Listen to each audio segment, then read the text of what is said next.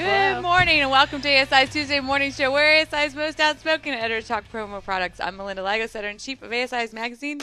It's going to be a scorcher here in Trevose today. I love it. More than 80 degrees. I love it too. Kathy Houston, do you have your pool open? Yes, it's open. Come swimming? Who here has been invited? Anyone? Anyone? Are the ducks still there? Crickets? They're still there. Crickets? Yeah, Steve's still having a duck war. Ooh, there's ducks in the pool. How do you get rid of them? It's not easy. All right. Well, we're happy to have you here, and we have a special guest this morning. Rachel Abraham is our intern. Rachel, you are in school where? I graduated from Penn State. Oh, so you just graduated. Girl. You're a Nittany Lion. Yes. Do you guys, I just found out, I was at Penn State for the first time for a volleyball tournament last weekend. Now, I know you know the answer, Rachel, but does anyone else know what a Nittany Lion is? Because I just found out. It's a mountain lion from Mount Nittany. Did I tell you that already? No, I went to school at Lock Haven, right up the street from the I passed Lock Haven. I waved Winner, chicken dinner. Ooh, you went a long way. Yes.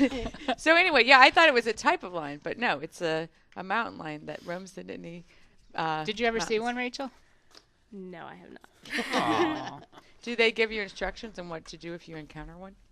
Scream. They really don't, because there's Mount Nittany, and people do hiking there, and they never... And no one's gotten bitten? No. And there's Not lions mauled. there? I find I think that's probably in the olden days, right? I have a groundhog. In the days of the Indians. I have a groundhog. Back when Kathy was in college, they had to worry about those things.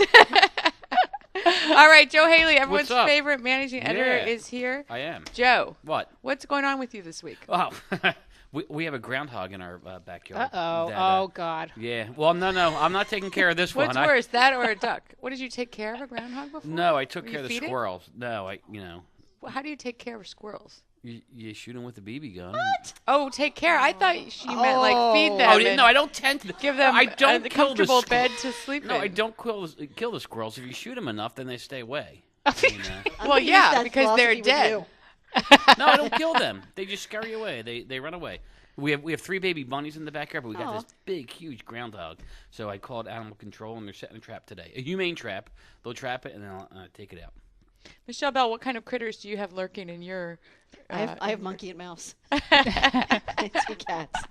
2 cats. All right. The size of 4 cats total. We have a big show for you today. Today's calling question is how to handle a PR faux pas before it turns ugly. We certainly don't want it to turn ugly, do we, Kathy? No, absolutely not. If you have any tips or questions about PR problems, call us at 215-953-4979. And, Joe, we have a huge prize package today. We have a fantastic prize package. If we put you on the air, what are we going to give you? You're going to get the $25 Visa gift card. You're going to get the finger puppets, the hand fans, and you'll get some logoed ASI Radio drinkware. Wow. That's a good deal. That is a good deal. So call us today, 215-953-4979. 4979, right? That's right. And what else is on tap for today's show, Joe? Well, we have 5 traits of micromanaging. We're also going to look at how to protect a company from divorce, 7 tips to building your brand's reputation online. We're going to look at why doing competitive intelligence is important. We have a few other topics. We have our favorite things, but let's get the whole show started with the industry news in 60 seconds. Michelle. Thanks, Joe. We begin this morning with supplier acquisition news. Crystal D has acquired Las Vegas-based Crystal Impressions, which will now move to Crystal D's operation in Minnesota. Chris and Allison Robbins, the former owners of Crystal Impressions, will continue to run the business and will move the company to Minnesota.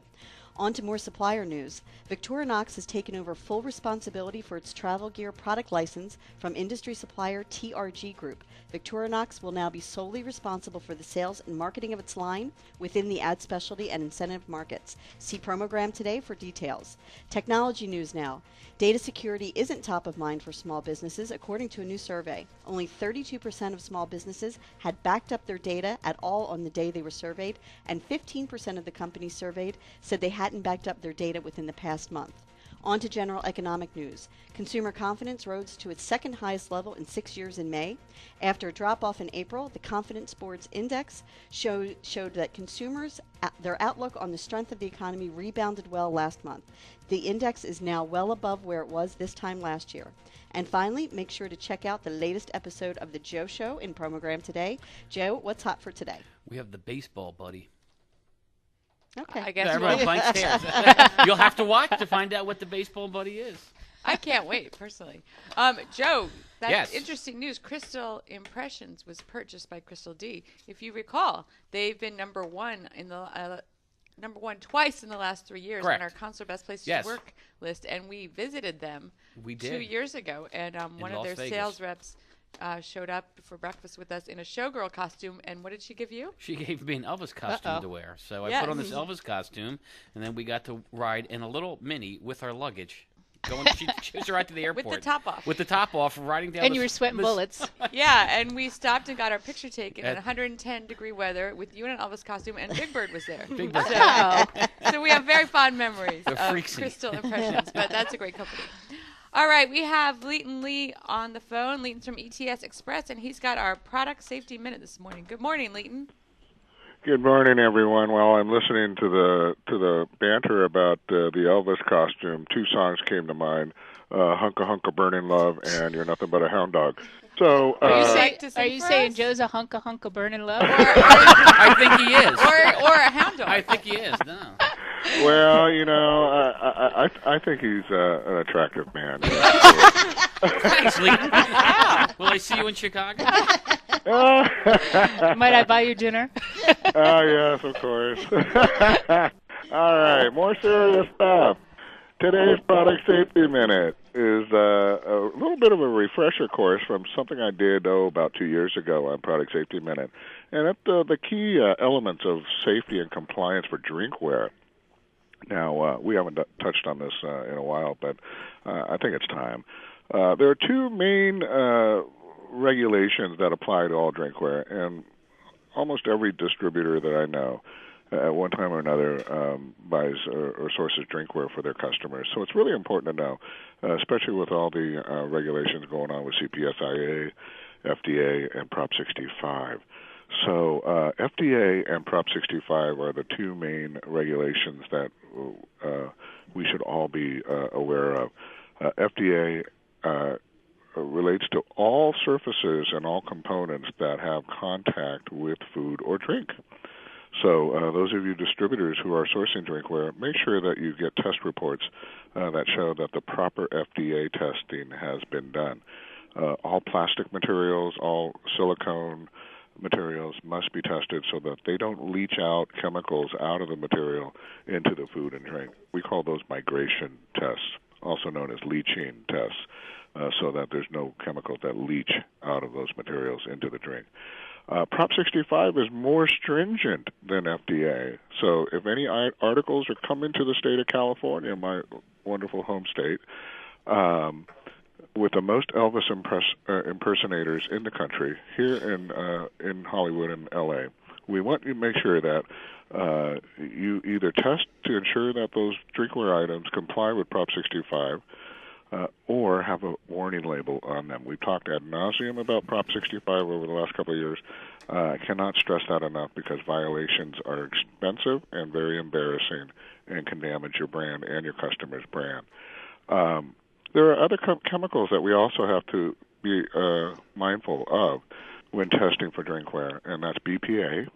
We all know what BPA does for children. So any items that are intended for children, and some states ban BPA even for adult sports bottles. So make sure BPA is not present in the drinkware. Phthalates are another chemical line that must be observed and tested to ensure that they're not in the drinkware items as well. So last but not least, the decorations. Lead and soluble heavy metals are two main tests that we always ensure that the decorations, the inks that are used, are safe for drinkware. So always ensure that you obtain the test reports on the drinkware blanks as well as on the inks that are used in decorating the items. And that is our Product Safety Minute. You all have a great week, and we'll talk next week. Thank you. Thanks, Leighton. That was Leighton Lee from ETS Express. We're going to go to the phones now. Today's call-in question is, what is the best way to handle a PR problem? Call us at 215-953-4979. If we put you on the air, you'll win the ASI prize pack.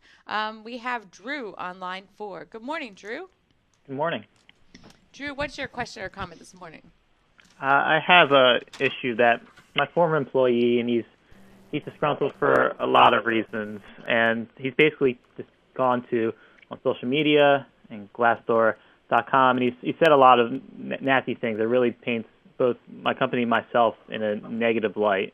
So and it's really hurting morale at the company, and I'm afraid it's going to hurt my sales or my clients or other areas of my business. So I'm not sure what to do. You know, the Glassdoor is an interesting one because it's really mostly disgruntled people from what I've seen that post on that. And so, you know, each company, if you look at, and, you know, no company is different. Almost every company has negative comments as well as some positive ones. But what would you all suggest? You know, I think you have to be careful. I think you have to, you can, and I've been on Glassdoor.com, you can refute or you can have a rebuttal to an employee's comment, but I think you want to caution yourself not to be overly defensive or aggressive in the way that you do that. Maybe say something like, you know, I understand what this employee is saying. You know, the employees who are still here have a different view of the company, and I'm happy to talk to the employee offline. But you don't want to appear to be too defensive or combative, because that just makes you look like, you know, you really do have issues. The other thing you can do, and I certainly wouldn't require anyone to do this, but if you have employees who you know love working in the company, you can, you know, invite them, you know, not require them, but invite them to post anonymously on sites like that if they would like, and, you know, if you trust them. I mean, that's a good way to increase your scores. But I would also say, you know, I would sort of ignore some of the sites because people do write a lot of those off as, you know, being places for disgruntled employees, and control what you can in social media. I mean, if you've got your own company, great Facebook site, if you have employees tweeting, I mean, that's a better representation of your company than some of those sites. And if you've, you know, I'd say, you know, overpower them with, you know, all the great things that your company has. I would, you know, I agree. I would ignore those sites. I mean, because they are for disgruntled What if you're employees. being deluged, though, with, you know, constant negative comments? Well, I know. I mean, unless that disgruntled employee is super crafty, they're only, you know, each computer is only allowed to submit one comment to Glassdoor. So unless they're going around to, you know, which you could, I'm sure, go to multiple people's computers. I mean, eventually, they can don't you think eventually they're going to get a new job or get tired of it? But I think that part of the equation here too is also be saying that's bringing down morale at the company. You need to have a meeting, a group meeting with everyone to air everything out, to find out, you know, are people, you know, just as disgruntled as this person who left? Yeah, that's or, a good point. What do they like about, you know, working there? What don't they like about working there? What do they do well? What can they do better? You have to get that out in the air, you know, so you make sure that if someone is exited or if someone decides to leave the company, they're not going to a Glassdoor and, you know, and posting things that aren't so happy. You know, it's an interesting anecdote. We had a freelancer once. I mean, she didn't work on staff with us, but I kind of dismissed her and said that, you know, I wasn't going to use her services anymore. And I'm not on Facebook, so I didn't see it, but she flamed me online. I didn't have the ability to respond because I'm not on Facebook.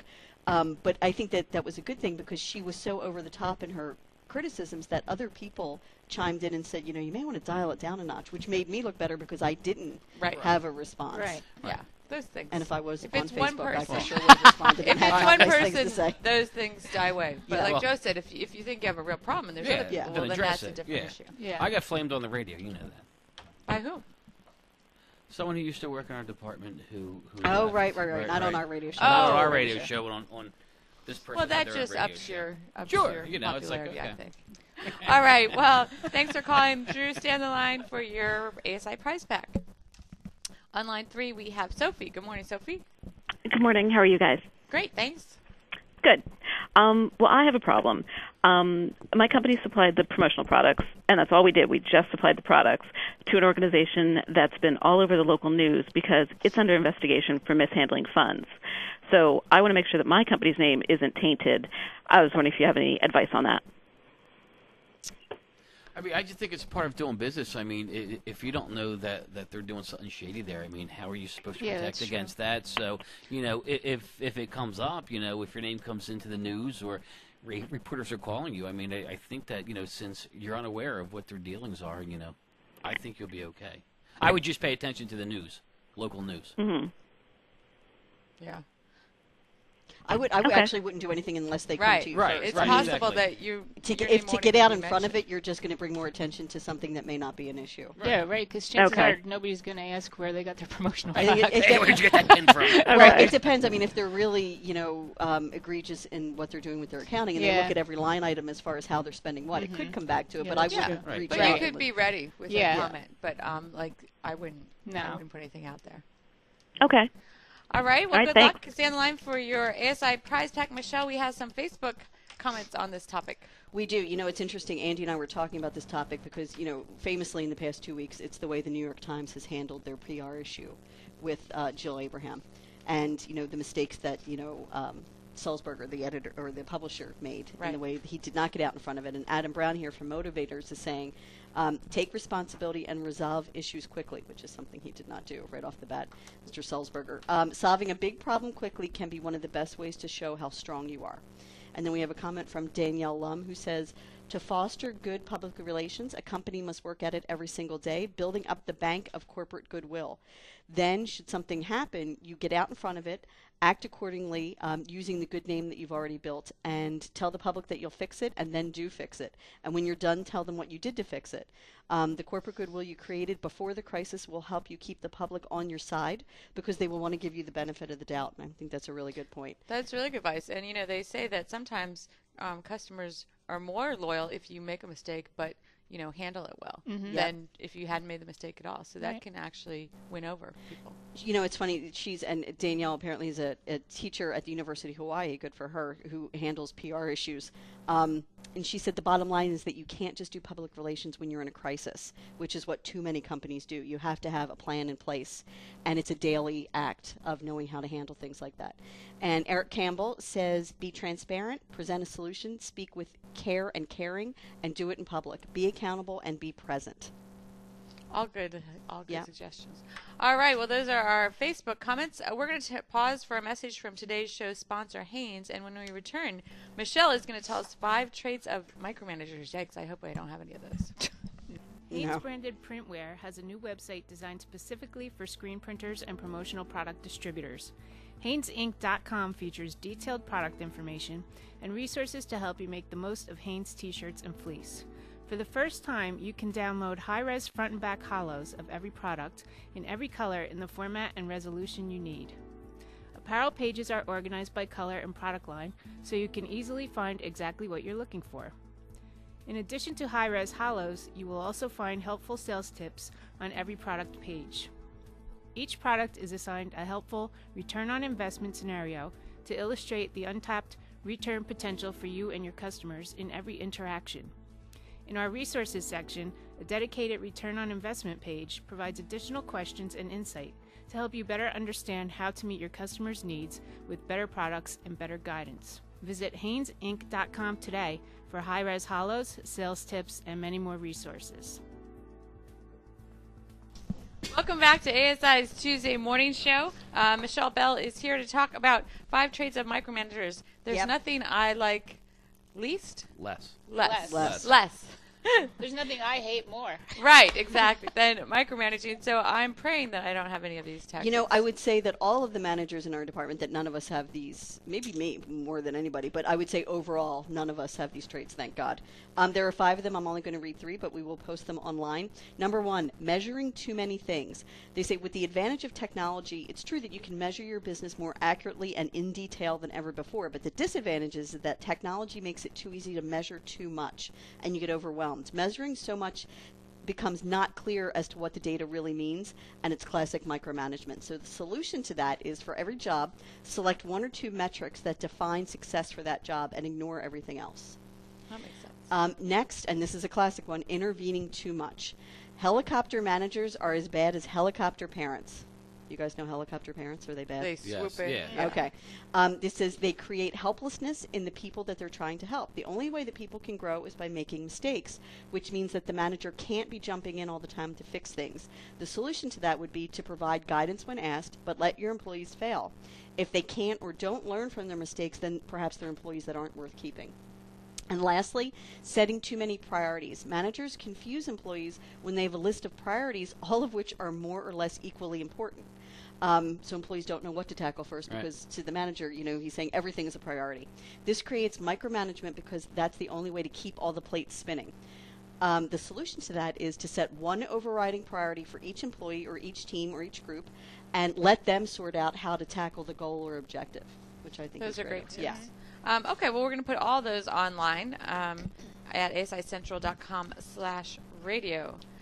Joe. Yes. We've been talking about building your brand's reputation online Yes. and PR, and you have some additional tips for us Okay, today. there's 7 of them. I'm going to give you a handful of them. And again, like Michelle says, we'll post this whole article online. The first one is to be vigilant. In other words, if you have a disgruntled employee, you have to look at things. Or if you got people exiting the company, you have to look at things like Glassdoor, pay attention to social media, see what people are saying about you online, and then be prepared to respond if you need to respond. One of the things is to be active. So in other words, if you're going to be using social media, you want to be where your clients are. If your clients aren't on Twitter, don't go on Twitter. If your clients aren't using Facebook, don't use Facebook. But if they are using those tools, you need to use them. Be consistent with your message. So your message should be consistent throughout your whole entire company. With your social media presence, everything should have that same message. And when you develop that message, you've got to make sure that everyone is on point with it. And also be proud of what you do.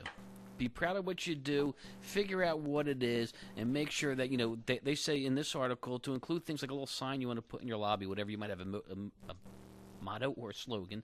Put that out there. Give it to all employees so they can put it on their desk, put it at the end of your email signature lines and stuff. Just be proud of what you do. So anyway, we're going to put this whole article online at asicentral.com/radio.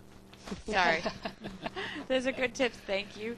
Kathy, I'm interested in this topic because it says that you're going to talk about how to protect your company from divorce. Now, do we mean divorce among the leaders, the owners? Yeah, the owners. Because as we know, our industry has a lot of family businesses. So this is an issue that probably comes up from time to time. Okay, first of all, it's all about not making things personal. Asking your spouse for a covenant to protect your property if the marriage implodes might be awkward, but you should ask for that up front, and you should actually get a prenuptial agreement before you wed to see exactly what's going to be yours and exactly what's going to be the other party's. Declare your business non-marital property so that it can't be taken as part of the divorce settlement. Pay yourself. You may be tempted to take sweat equity instead of a tangible paycheck, but avoid it if possible because it jeopardizes your ownership claim. And don't mix the money. You have to be very careful to avoid commingling non-marital assets with marital assets. So if you inherit $500,000, that money belongs to you. But if you use it to buy a house with your husband, it becomes a marital asset. So don't be doing that with your business. All right. Well, we have more tips to put online at asicentral.com/radio. But this can be a sticky situation. Yeah, definitely. You know what else can be is employing children in the business. We used to write a lot of articles on family business in Counselor. And sometimes, people would employ children who were not, cutting it in sales or whatever their job was. And then it's tough. The question is, we had one situation where they had employed the child-in-law and their child, and the in-law was cutting it, but not the child, and they had to fire the child. Yeah, that's tricky. Which is tough to do, and the kid's 7. Then, anyway, so those tips will be online as well. Michelle, we've talked a lot about managing millennials. It's a hot topic these days, and you have some additional tips for us today. I do, but I'd like to ask Rachel, who's, I think, with the exception of Lauren, the only millennial in this room. Yep. What year does millennials start? Maybe I just made the cut. When were they Is that, born? are you 90? in your 20s or early 20s? You're in your 20s. Teens and 20s. 20s, millennials, Teens and 20s, okay. Yeah. So I just... Not us. You just made the cut. It's definitely not us. Rachel, what would you look for in a job? Like, what would appeal to you? Would it be perks? Would it be flex time? Would it be the salary? It's really getting the hands-on experience in what you majored in. And today I was given my first assignment. I'm going to be writing an article, interviewing people. I majored in print journalism. That's what I want to do. They don't want to be given errands that have nothing to do with what they majored in. So you don't want to go pick up Joe's dry cleaning. So you're not going to get my lunch today? No, so you're saying though challenging work that you're interns, interested in is the most important thing for you right now. Yeah, definitely. Which is interesting because I think that's more often than not the case, but the perception is that millennials are lazy, that they just want to do what they want to do, that they want to work from home. And I don't think that that's true all the time. This article that we'll post online makes an interesting point that the people who are now in positions of authority, who are hiring millennials, when they were the young kids coming into jobs, they were no day at the beach either. Right. I mean, perhaps I was we a all nightmare were when I clueless. was. It's Perhaps. you still are. Well, I will remind you, Michelle, that when you interviewed some interns, I think not this round, but maybe last year, someone did ask you if they could work at home full time as an intern. But you know what? An intern's And then job asked is about really the to get, massages. to Right. give them exposure to the workplace. So that But would that's be kind just of that difficult. one person. It's no, not like it's a whole just the one generation. person. Yeah. Well, we have Rachel here as a shining example of someone who's You now excited. represent all millennials. So whatever you say, No, it's but going to be covenant. in every age group, Yeah. you will have people like that. I mean, I interviewed a woman probably 60 a few weeks ago, and who was saying, she'd like to work here and, work at home 3 days a week or something. So it's, Yeah. that's... I would say that the thing to remember is that this generation in particular, meaning the millennials, they grew up seeing the expansion of income inequality, broken promises of corporations, dwindling benefits, and a doubtful retirement future. So their confidence is a little more shaken than Yeah. perhaps, boomers were or Gen you shaken? Xers. Don't be shaking. Rachel looks very happy. But, again, when I went into the job force, it was during Desert Storm, and the economy was horrible. I mean, we were in a terrible recession, and, I guess it's cyclical. It is. Yeah.